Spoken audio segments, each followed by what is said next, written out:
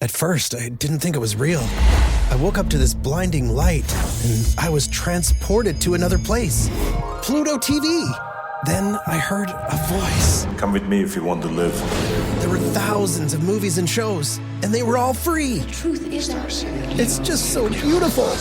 On Pluto TV, free streaming of Terminator 2, Fringe, Arrow, The 100, and The X-Files may cause excitement, loss of sleep, and sudden belief in extraterrestrials. No credit cards or alien encounters necessary. Pluto TV. Stream now, pay never. This is an iHeart podcast. Guaranteed human. It's an Olympics you'll never forget. Prime time in Milan. The moments. Chloe Kim with the gold medal flex. The stars. Ilya Malinin. Out of this world. The spectacle from beautiful northern Italy with very special guests every night of the Olympics. Experience the world's biggest show. Prime time in Milan. Tonight, 8/7 Central on NBC and Peacock.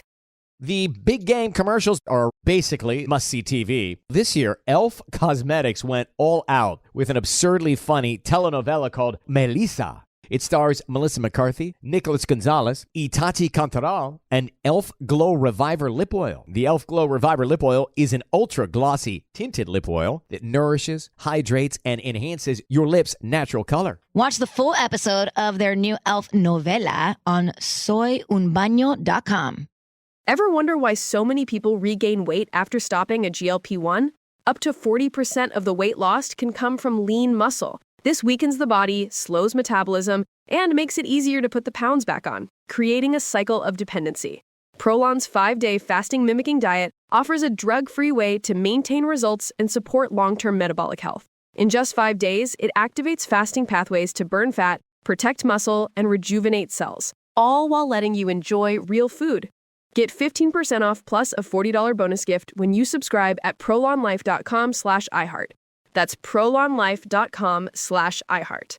The Middle is supported by Journalism Funding Partners, a nonprofit organization striving to increase the sustainability of local journalism by building connections between donors and news organizations. More information on how you can support The Middle at listentothemiddle.com.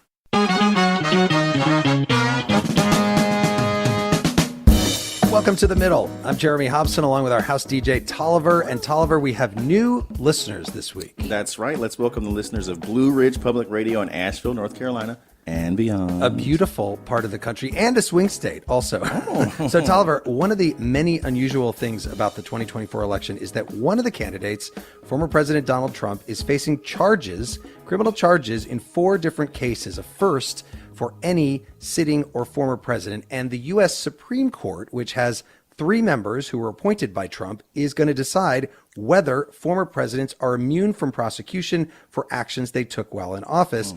All of this adding to mounting distrust in our nation's system of justice. So we're asking this hour, do you trust our court system at the local level, the state level, and all the way up to the Supreme Court? You can call us at 844-4MIDDLE. That is 844-464-3353. And we're going to get to your calls in a moment. But first, last week, we asked you if you're still feeling the effects of the COVID-19 pandemic, whether that's economically, in your work life, your home life, with your health. Take a listen to some of these voicemails we got. Hi, this is Christina Almanza calling from Birmingham, Alabama. Hi, my name is John. I'm calling from Hot Springs Village, Arkansas. Hi, my name is Kathy. I'm calling from Salt Lake City. Hello, my name is Chris. I'm calling from River Styx, Ohio.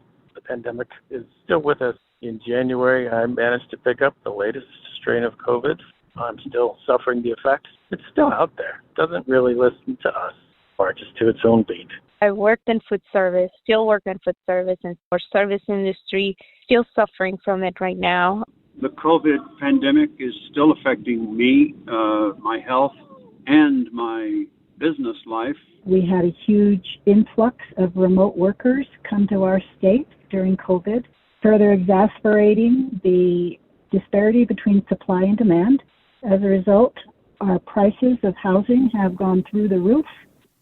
So many interesting calls. And by the way, housing is definitely going to be a topic we're going to take on The Middle. By the way, you can hear that full show by subscribing to The Middle podcast in partnership with iHeart Podcasts on the iHeart app or wherever you listen to podcasts. So now to our topic this hour, the nation's courts, from the local level to the state level, where 95% of cases are heard, and up to the Supreme Court, which is now deeply involved in this year's presidential election. Our question: do you trust our court system? Tolliver, what is the number for people to call in? It's 8444-MIDDLE. That's 844-464-3353. You can also email us at listentothemiddle.com. So let's meet our panel. Richard Lazarus is a professor at Harvard Law School who has studied the Supreme Court and argued dozens of cases before it. Richard Lazarus, great to have you on The Middle. Wonderful to be here, Jeremy. And we're also joined by retired Justice Kaye Hearn, who served on South Carolina's Supreme Court for over a decade. Justice Hearn, welcome to you as well. It's great to be here. Thank you, Jeremy. And before we get to the phones, I want to hear from each of you on how you feel things are going with the court system right now, because we know from polls that trust is near record lows. According to Gallup, less than half of Americans say they have a great deal or a fair amount of trust and confidence in the judicial branch of the government. Richard Lazarus, why is that, and how big of a problem is that?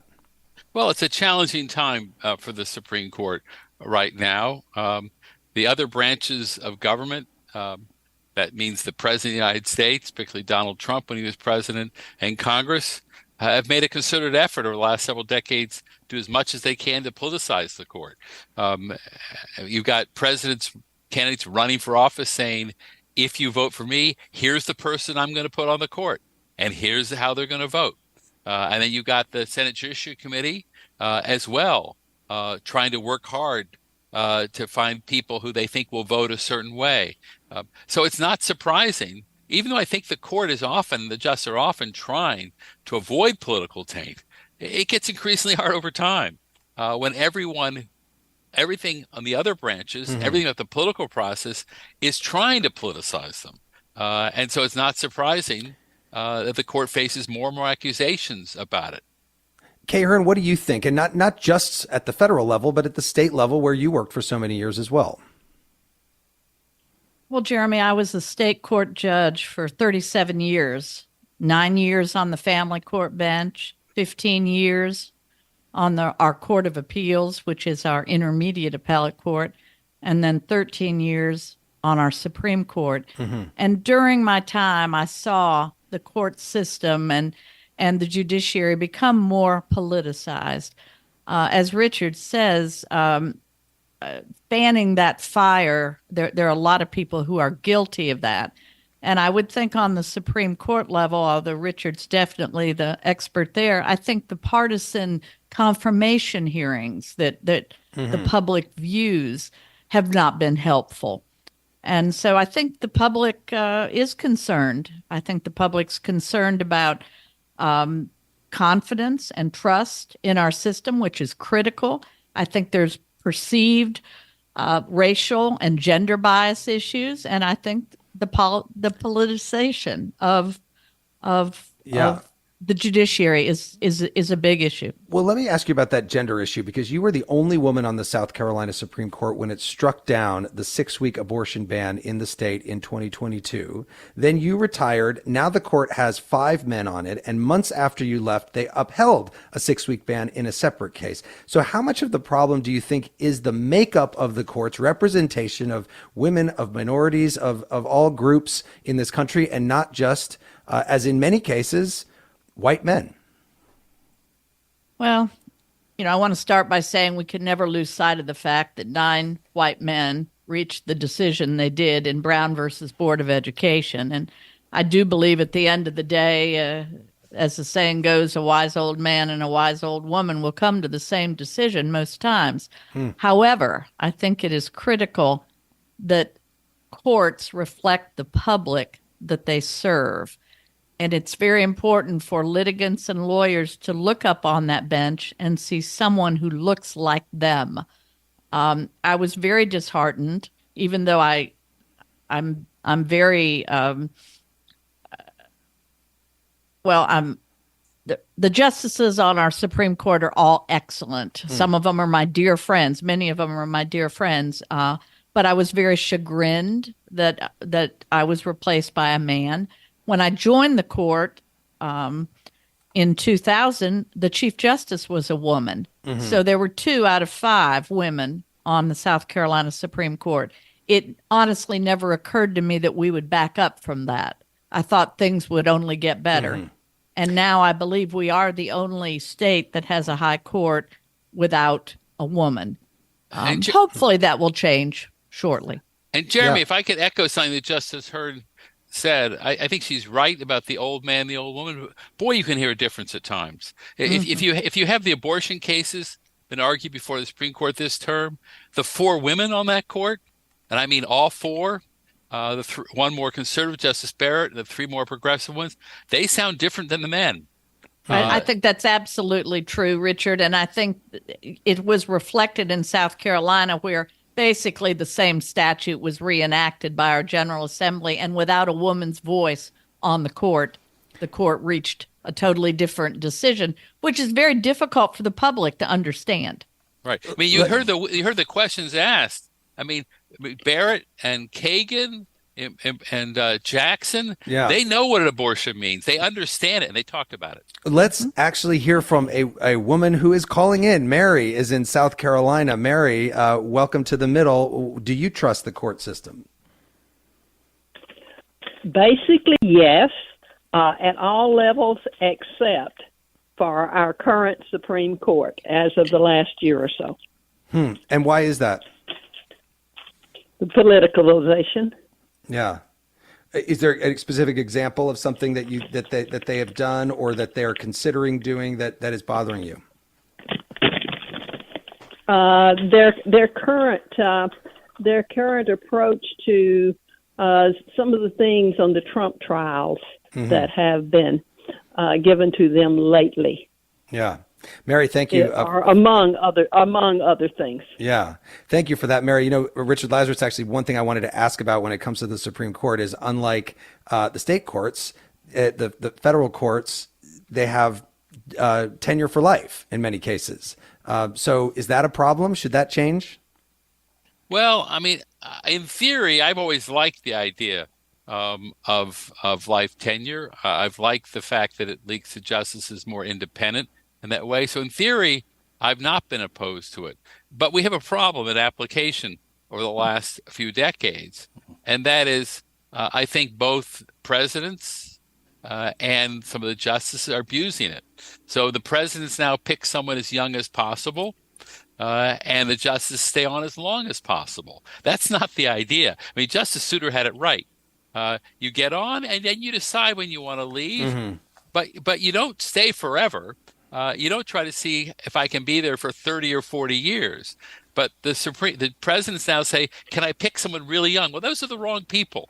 You actually want people who are older and more seasoned and have judgment. But they want ever younger. And the justices think they're in sort of some kind of competition to see whether they can be there as long as Chief Justice Marshall. Right. And so we're getting the worst of both ends. If they would discipline themselves, I think it's great. Ruth Bader Ginsburg went on when she was 60. But at the moment, we have a bad result. Kaye Hearn, you actually had to retire because of your age, right? That's just yes, and I don't think that's unusual with the state court systems. I believe there may be only one state that doesn't have mandatory retirement. So ours was 72, and I knew that when I was elected at age 36 that I would have to retire. But of course, it seemed a long way away at that point in time.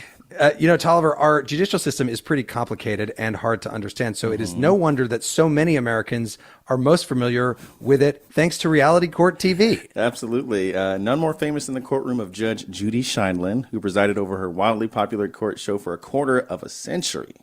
Like what? Give me what was stolen. My wallet. What was in your wallet? It was $50. Okay. I had to replace all my IDs. I had gift cards in there, my earpiece, and a calculator. There was no earpiece in the mail.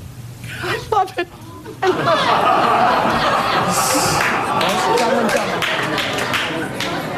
Judging for the plaintiff for the amount of $500. That's what I think it's worth, madam. Goodbye. I love that. I do too. I watch it all the time. It is kind of hard to hear what he's saying, but he actually incriminates himself. He basically says he names an item in the bag. Says he did it. Guilty. Judge Judy, and more of your calls and a lot more coming up on The Middle. It's an Olympics. you'll never forget. Prime time in Milan. The moments. Chloe Kim with the gold medal flex. The stars. Ilya Malinin. Out of this world. The spectacle from beautiful northern Italy with very special guests every night of the Olympics. Experience the world's biggest show. Prime time in Milan, tonight 8/7 Central on NBC and Peacock. Welcome to the A Building. I'm Hans Charles. I'm Menelik Lumumba.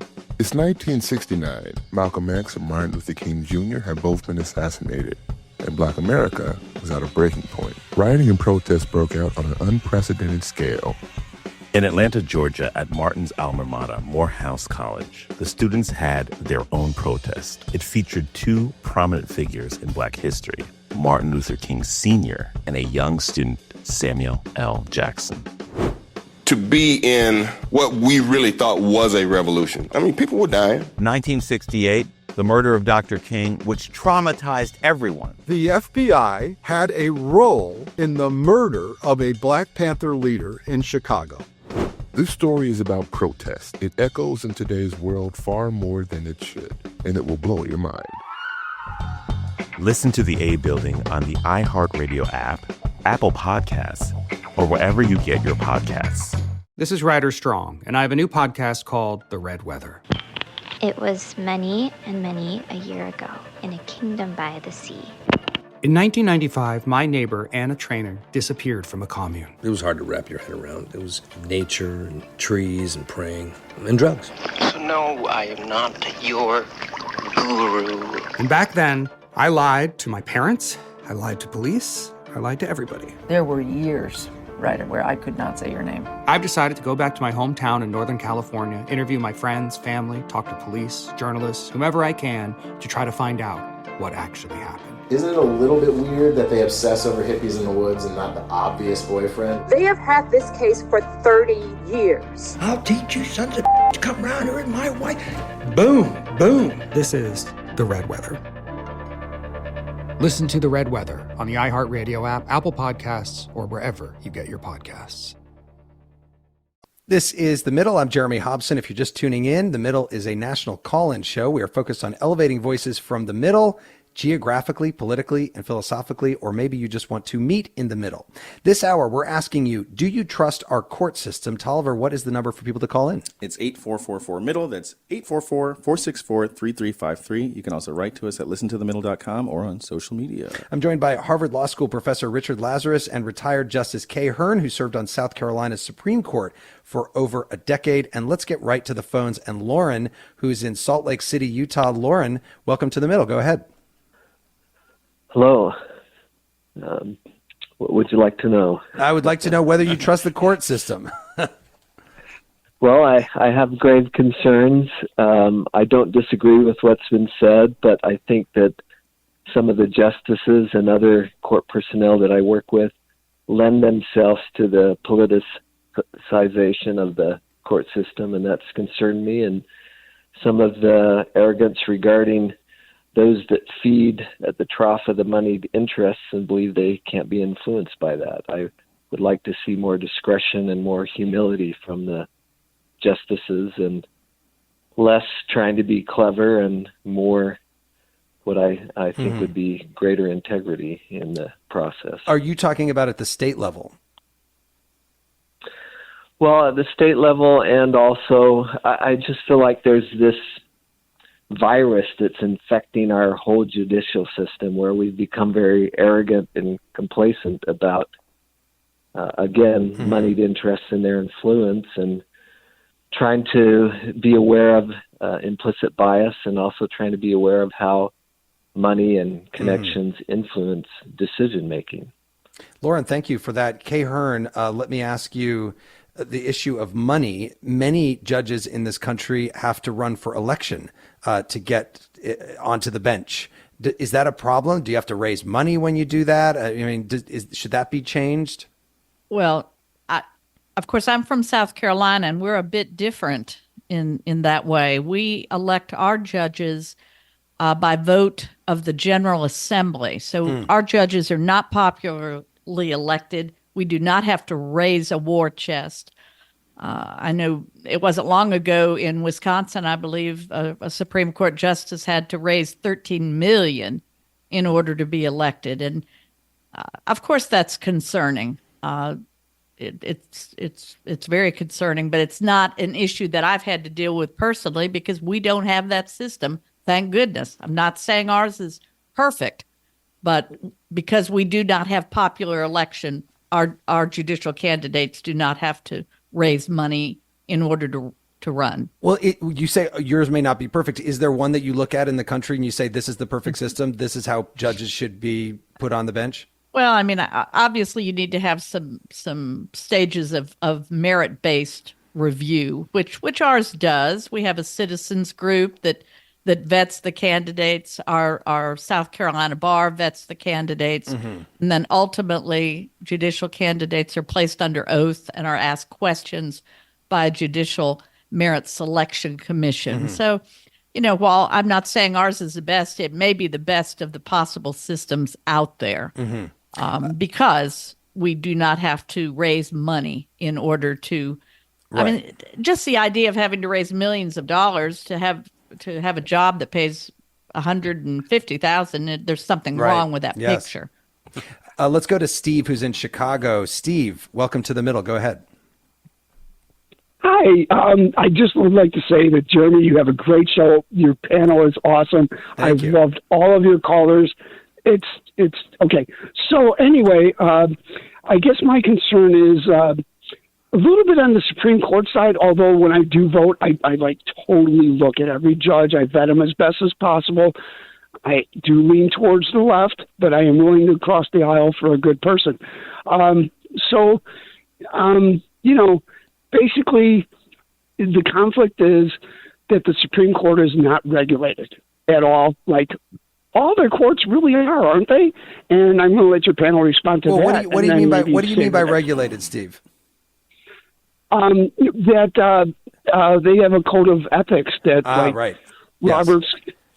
Right. And I love the statement of the lifetime thing is good because then it makes them independent. It doesn't matter if they were appointed by a Republican or a Democrat. And I believe in the statement of, let's not get the young guys in there. Let's get people with experience.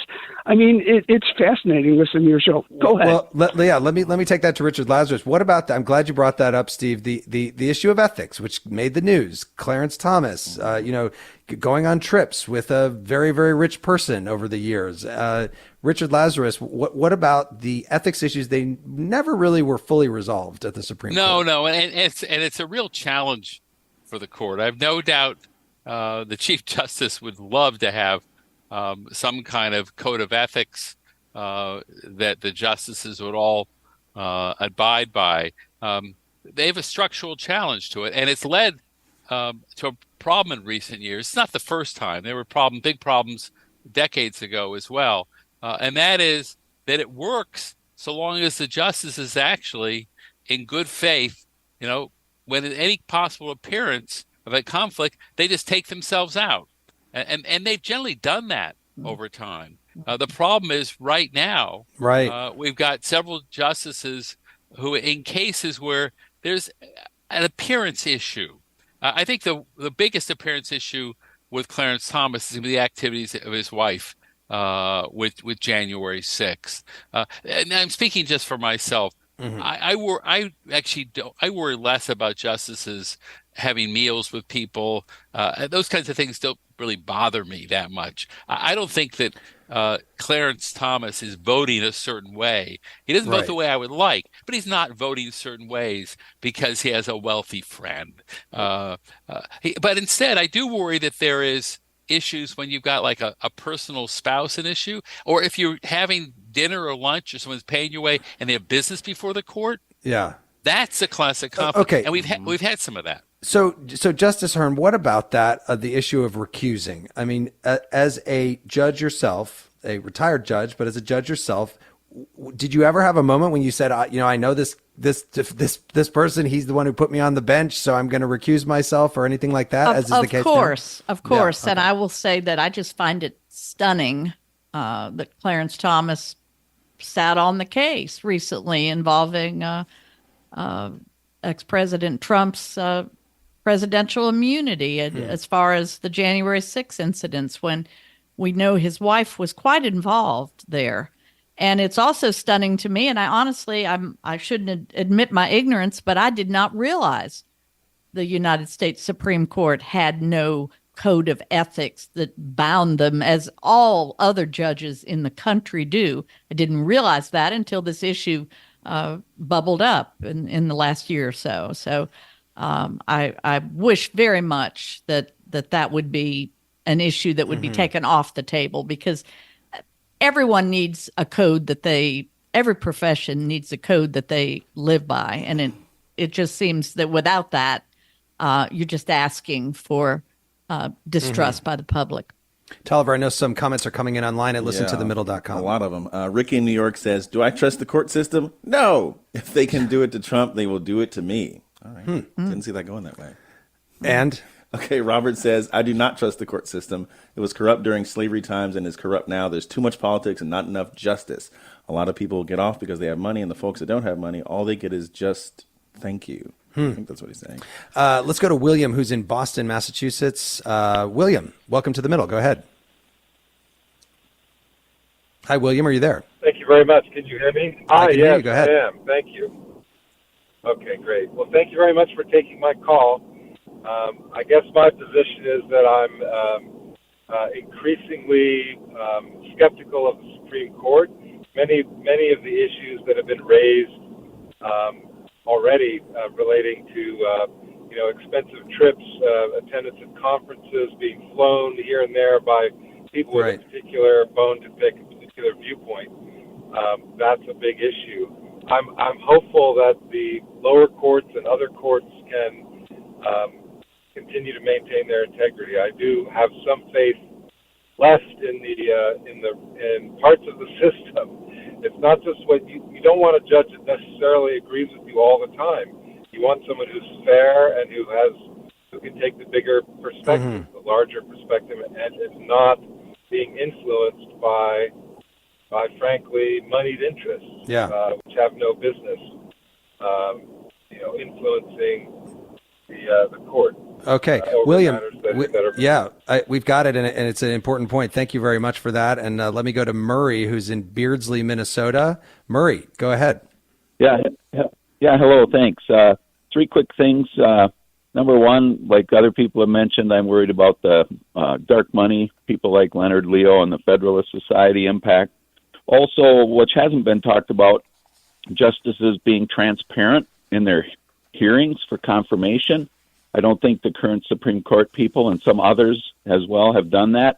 And then failure to recuse themselves from cases that have a direct impact, like we mentioned, Thomas with Ginny, and then Gorsuch with cases that involve his mother when she was on the Department of Interior. So that makes it hard for people to feel that they're trustworthy when they kind of rule in favor of those things. Plus, 6 people always voting together, that's troublesome as well. Don't they have a separate opinion, and why don't they have more varied results rather than people just voting as a group? That's troubling for everybody, I think. Yeah. Murray, thank you very much for that. Richard Lazarus, it brings up the question of whether there should be more justices on the Supreme Court. There's nothing in the Constitution that says it has to be 9, but what if it was 25? Then you probably wouldn't have 6 always voting the exact same way. Well, a couple things. One is it certainly has changed. The numbers have changed over time. There were 5, there were 7, there was 10 once. We've settled at 9 for quite a while. There's nothing magic about it. You could have 50, you could have 100. I mean, at some point, though, if size gets bigger and bigger, it becomes more like a legislature and less like people who, I think it's just as Hearn said, people in good faith actually deliberate and discuss and decide something rather than just vote their party. One thing which I'll just take a little bit issue with, because I've done a lot of look at this, if you actually look at the justices' votes in cases, that 6 block doesn't appear all the time at all. There is actually much more breaking away. If you look last year, Justice Thomas was actually in the minority far more often than a lot of other justices was, because you do have a fair amount of defections in cases this way and that way. The justices are harder to predict than people think. in these cases. You have high-profile ones, but not always. They break in different directions. And Justice Barrett, let's see what she does. She's making some interesting noises. Justice Hearn, Murray also brought up Leonard Leo, who's with the Federalist Society, which does help Republican presidents make their judicial nominee picks, but also apparently gets involved at the state level. The Federal Society was involved in helping Ron DeSantis in Florida pick his justices. He now has, I think, 5 of the justices on the Florida Supreme Court out of 7 were selected by Ron DeSantis. Is there a difference, in your opinion, between what's happening at the national level and what's happening at the state level in terms of the politicization of the courts? Well, I think it's definitely seeping down to the state level as well. I know in South Carolina, it's becoming more and more politicized. We're not to that point yet, but it does seem that being a member of the Federalist Society has become sort of a litmus test in order to be elected to a judicial post, and I think that's very wrong. And I'm sorry that that's where we are, but that is where we are right now in this country, and especially in the red states. I will say, by the way, that if anybody actually does have faith in the courts, which I'm sure many Americans do, you're welcome to call in as well at 844-4-MIDDLE. I don't want this to all be depressing. Let's go to Dylan, who's in Tampa, Florida. Dylan, go ahead. Do you have trust in the courts? No, I do not. Thank you for taking my call. Just a quick point. The 6th and 7th Amendment gives us all the right to a jury. And I think you guys have presented a lot of problems, but no real solutions to all of these problems you mentioned. I think a supreme jury would go a long way to restoring faith in our Supreme Court system. A supreme jury in what way? How would that work? At the Supreme Court level, you mean? At the Supreme Court level, you could have, say, 6 times the number of judges or 12 times the number of judges of regular, ordinary Americans selected at random from the general population. And they wouldn't ask any questions. That, of course, would be up to the judges. The judges would still render their opinions, but a minority opinion could still win because it was the verdict delivered by the jury. You could also have a hung jury, I guess, though. Dylan, thank you. Let me take that to Richard Lazarus, the Supreme Court expert here. Richard Lazarus, what about that? A jury at the Supreme Court? Well, I think it would be hard to pull off because what jurors do in cases is they find facts. They look at things, they figure out what witnesses, which ones to believe, which not to be. They find facts. They don't actually make conclusions of law. They just do issues of fact. And the Supreme Court is only about questions of law. It's not about issues of fact. And if you look at the cases, they don't involve facts. They involve law and often really complicated legal issues, reading regulations and statutes and histories to try to figure out what the law is. So a jury wouldn't be very well situated. Now, I should add that if you actually look at the Constitution, it doesn't say that a Supreme Court justice has to be a lawyer. It actually doesn't say they have to be learned in the law. So there's no requirement. You could appoint someone to the Supreme Court who wasn't a member of the bar. We've generally decided to go with lawyers, though. It also doesn't say in the Constitution that they, on the Supreme Court and the federal courts, get to be on there for life. It says in good behavior. Right. Spelled in the European way, by the way. But also, can you imagine lifelong jury duty? Yeah. Come on. It's a nightmare. Oh, boy. Tolliver, what else is coming in online? On TikTok, Laura says, the Supreme Court is a sham. It needs to be excused from duty. Carl in Baton Rouge says, I have very little confidence in the judicial system, ellipses. This theme a lot. Kaye Hearn, before we have to take a quick break, are you surprised at how many people are calling in and writing in and saying that they don't have faith in the courts?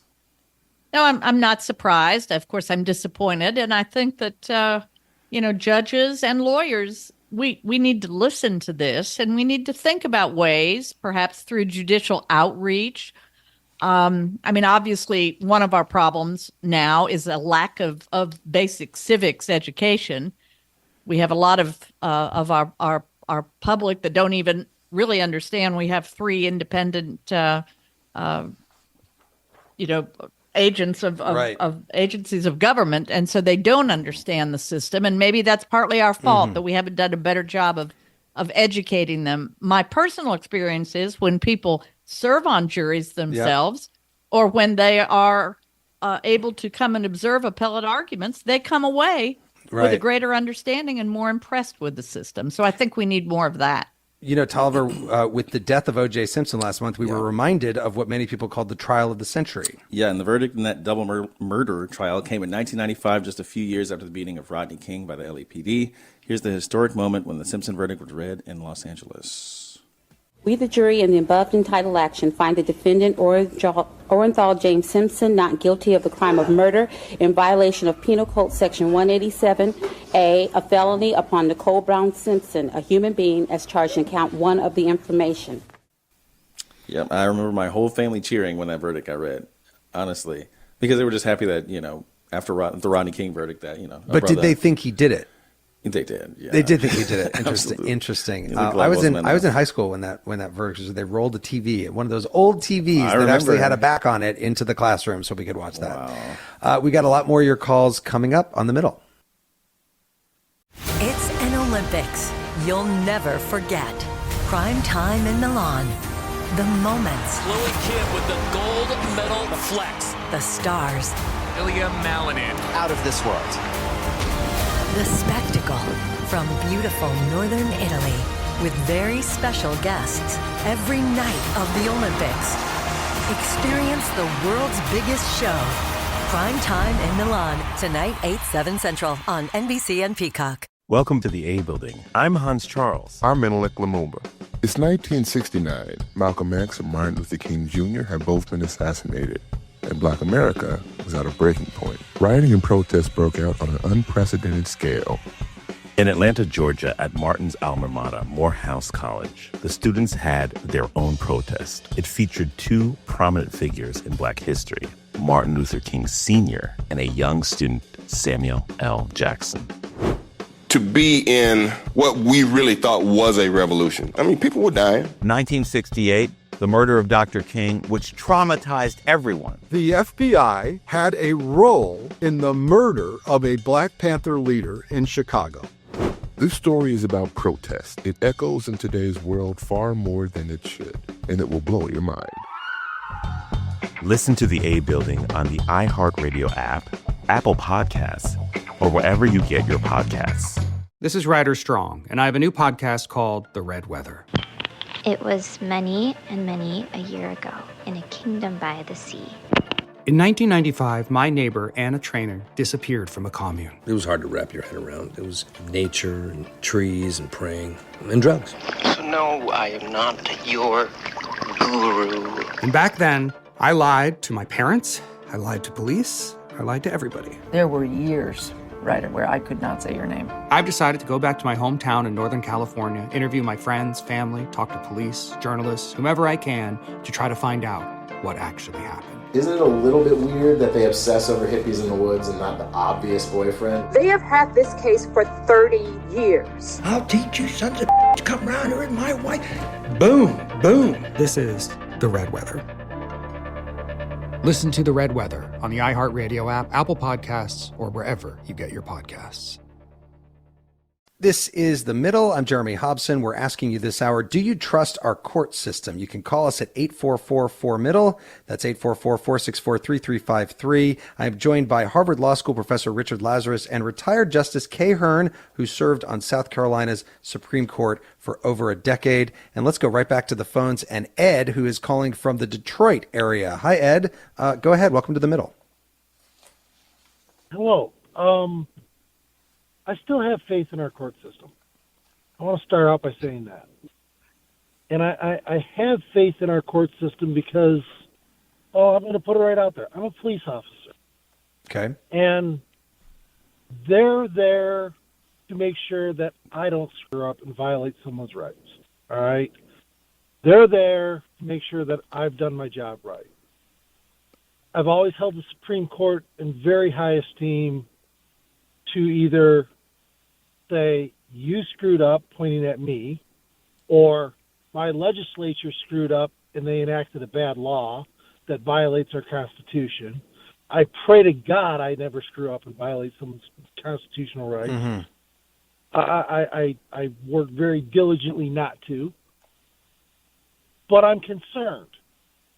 I'm very concerned at how politicized all of the courts have become. Yeah.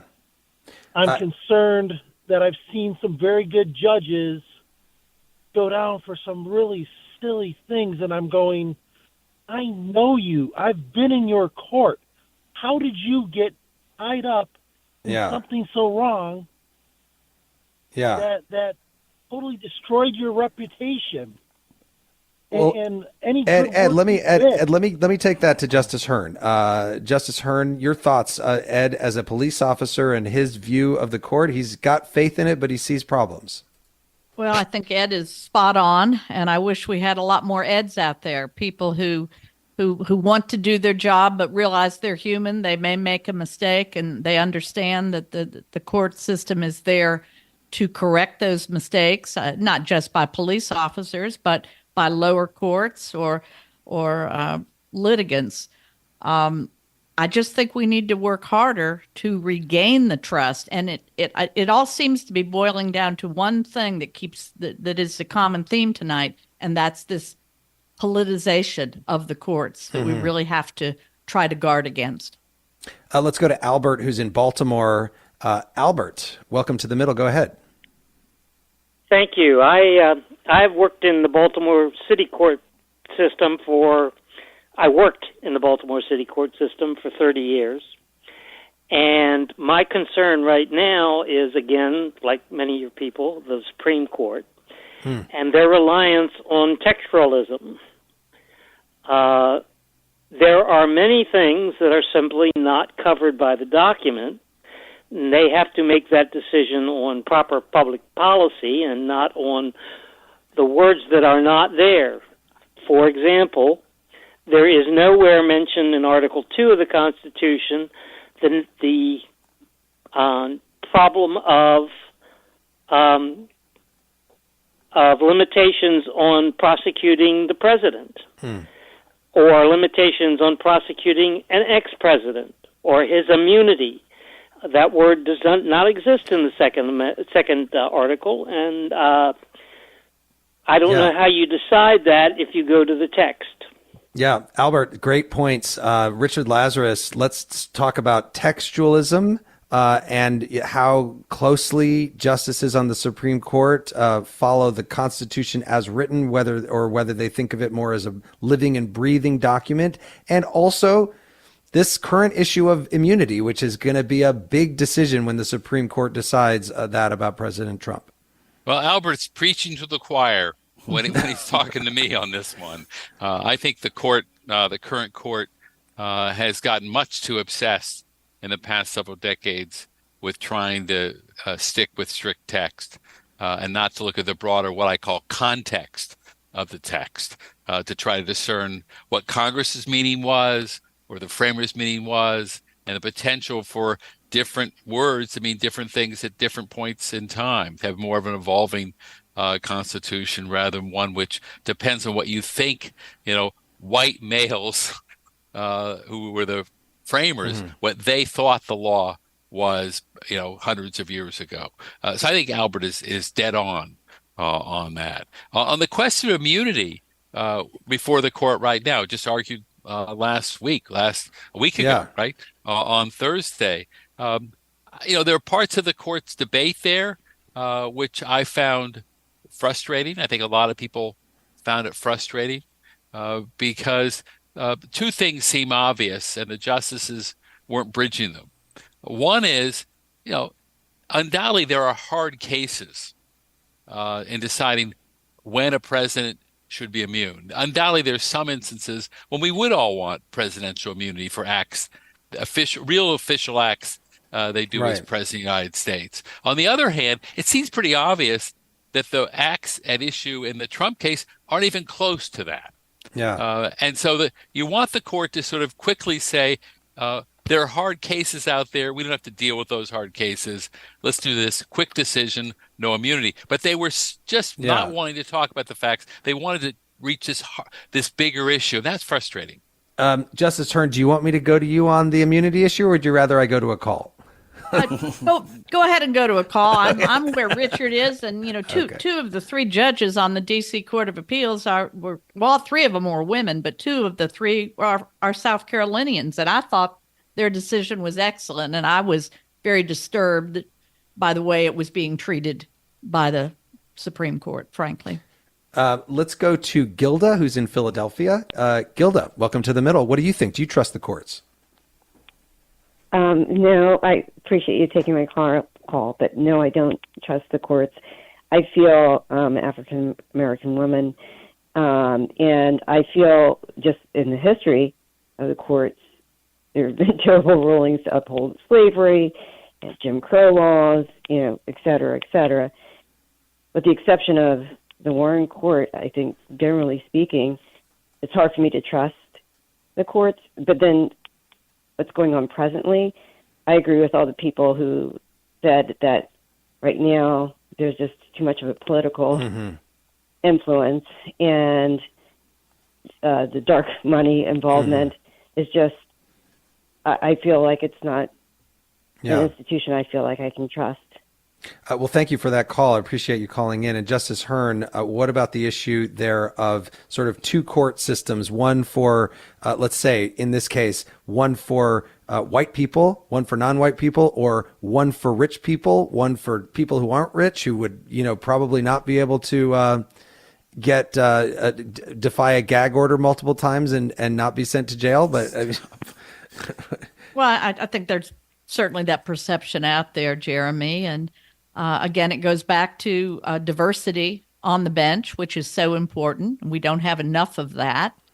And you played the verdict being rendered in the O.J. Simpson case. Yeah. Well, O.J. hired the best lawyers money could buy, right? And it made a difference. Let's get to Providence, Rhode Island, and Brian, who's on the line. Brian, go ahead. So I think that the judicial system can be good. And one of my examples would be that judges can be compassionate. So their sentencing guidelines that the legislature sets up are not necessarily the ones that they have to follow when they can use compassion because of their humanity.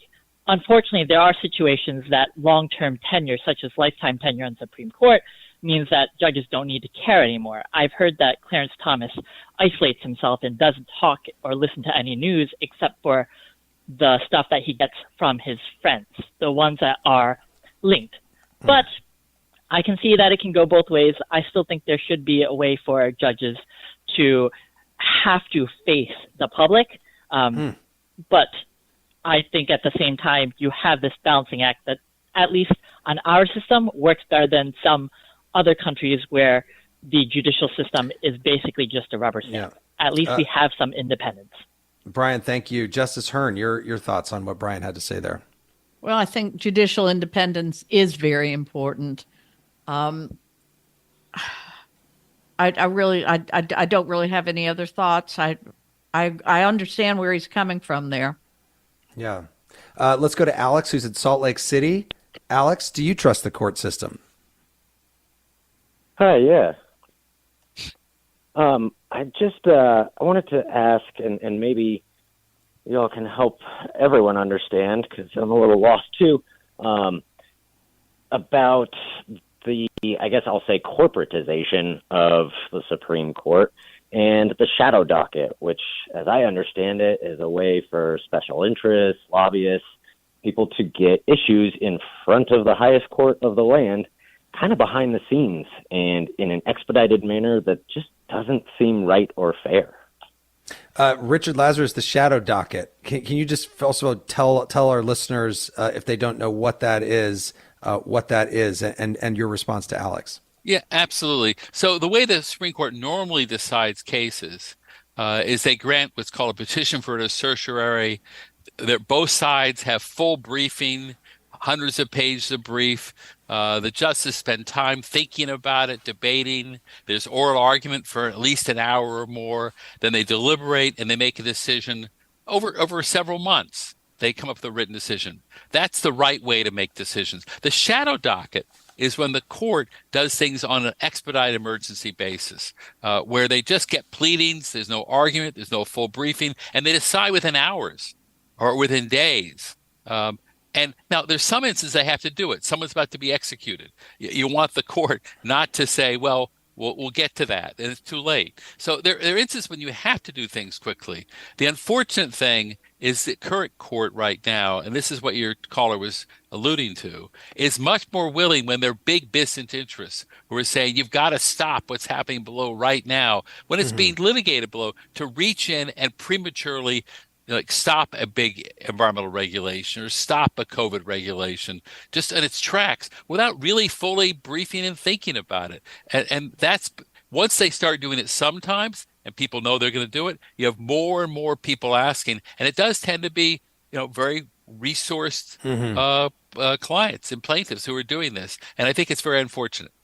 Let's get to another call. And Alfonso, who's in South Burlington, Vermont. Alfonso, go ahead. Welcome to the middle. Hi, thank you. And I tend to agree with what the previous caller was just saying, that something that's kind of missing is that courts are entirely reactive. They react to things that are brought before them. They can't generally be going out and dealing with issues. There's this huge and very wealthy industry that is specifically targeting sensitive questions that are of policy.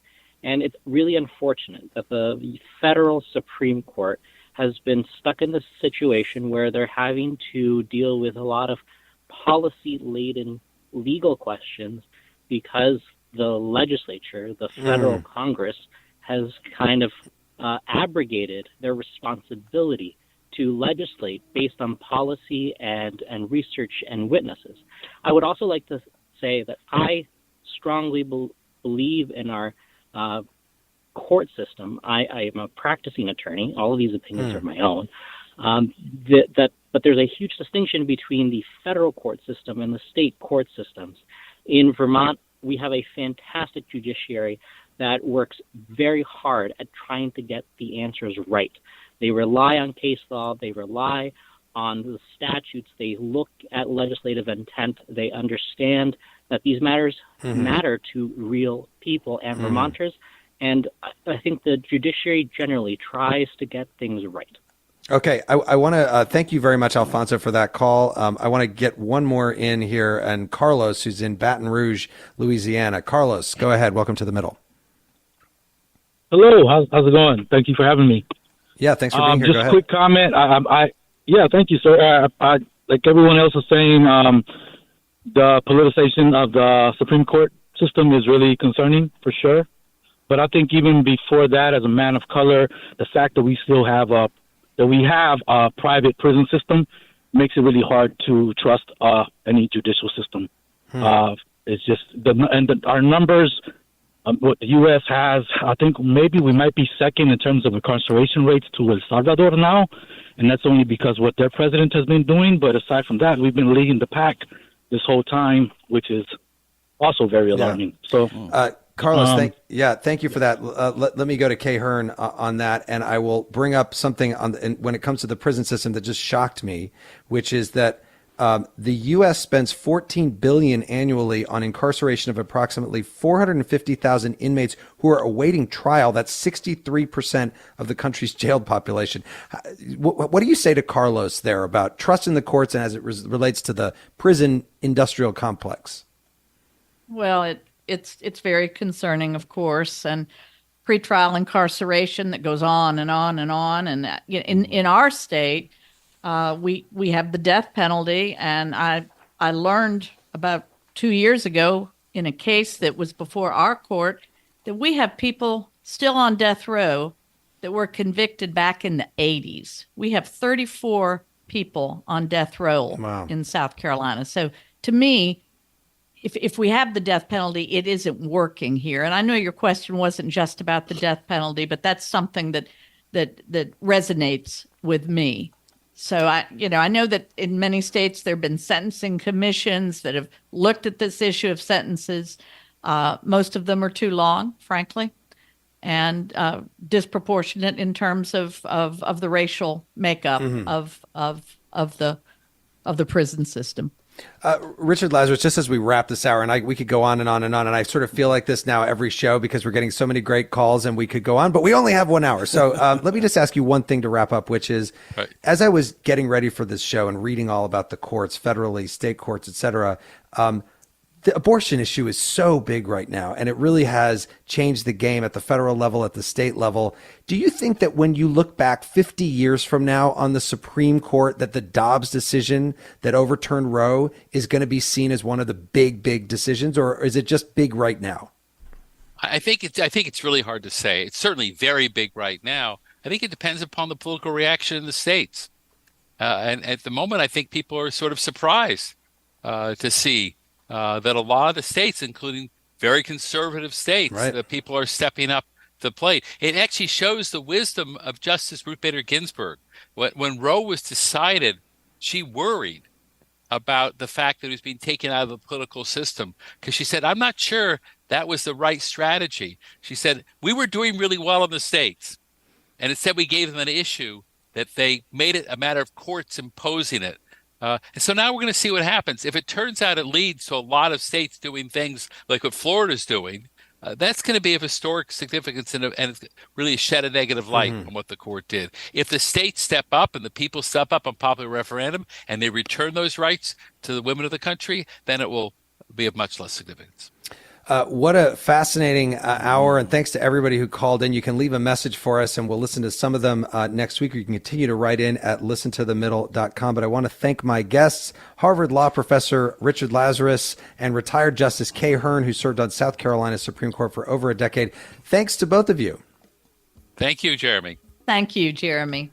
And Tolliver, next week, we are live from St. Louis Public Radio. Yeah, and St. Louis is one of the cities and metro areas in this country that has been losing population. So we want to know, how can places that are losing population turn things around? You can call us at 844-464-3353 or write to us at listentothemiddle.com. While you're there, sign up for our newsletter.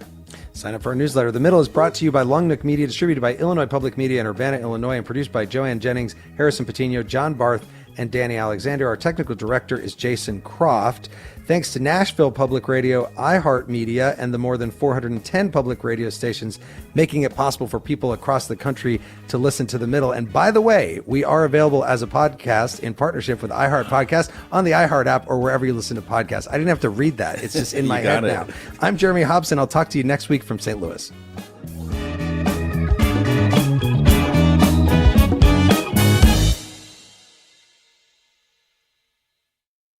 Over the last couple years, didn't we learn that the folding chair was invented by Black people because of what happened in Alabama? The Montgomery Brawl. This Black History Month, the podcast Selective Ignorance with Mandy B unpacks Black history and culture with comedy, clarity, and conversations that shake the status quo. The Crown Act in New York was signed in July of 2019, and that is a bill that was passed to prohibit discrimination based on hairstyles associated with race. To hear this and more, listen to Selective Ignorance with Mandy B from the Black Effect Podcast Network on the iHeartRadio app, Apple Podcasts, or wherever you get your podcasts.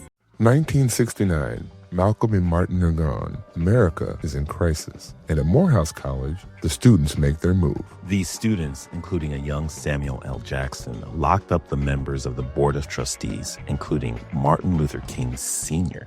It's the true story of protest and rebellion in Black American history that you'll never forget. I'm Hans Charles. I'm Menelik Lumumba. Listen to The A Building on the iHeartRadio app, Apple Podcasts, or wherever you get your podcasts. Saturday, May 2nd, country's biggest stars will be in Austin, Texas at our 2026 iHeart Country Festival presented by Capital One. Tickets are on sale now. Get yours before they sell out at Ticketmaster.com. That's Ticketmaster.com. This is an iHeart podcast. Guaranteed Human.